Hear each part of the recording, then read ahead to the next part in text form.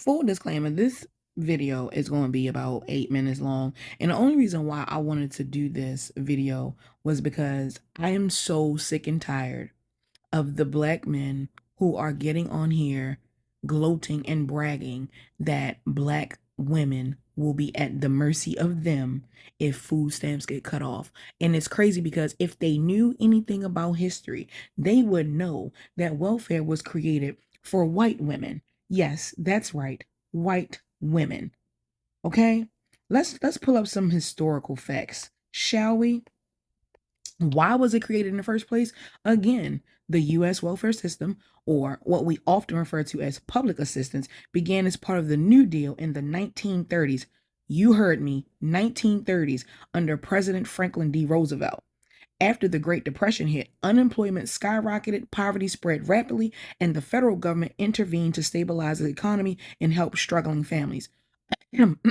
White families. The Social Security Act of 1935, please look this up, laid the foundation for modern welfare, establishing programs like Aid to Dependent Children, later known as Aid to Families with Dependent Children, intended to support widowed or abandoned white mothers who couldn't work because they were raising children. Let me say that again for the one in the back. The Aid to Families with Dependent Children, AFDC, intended to support widowed and abandoned white mothers who couldn't work because they were what?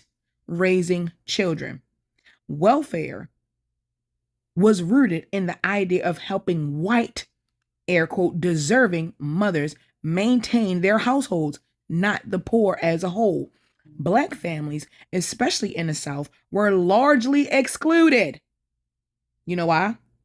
Because of discriminatory policies, racist administrators, and local control meant that states could decide who got the help.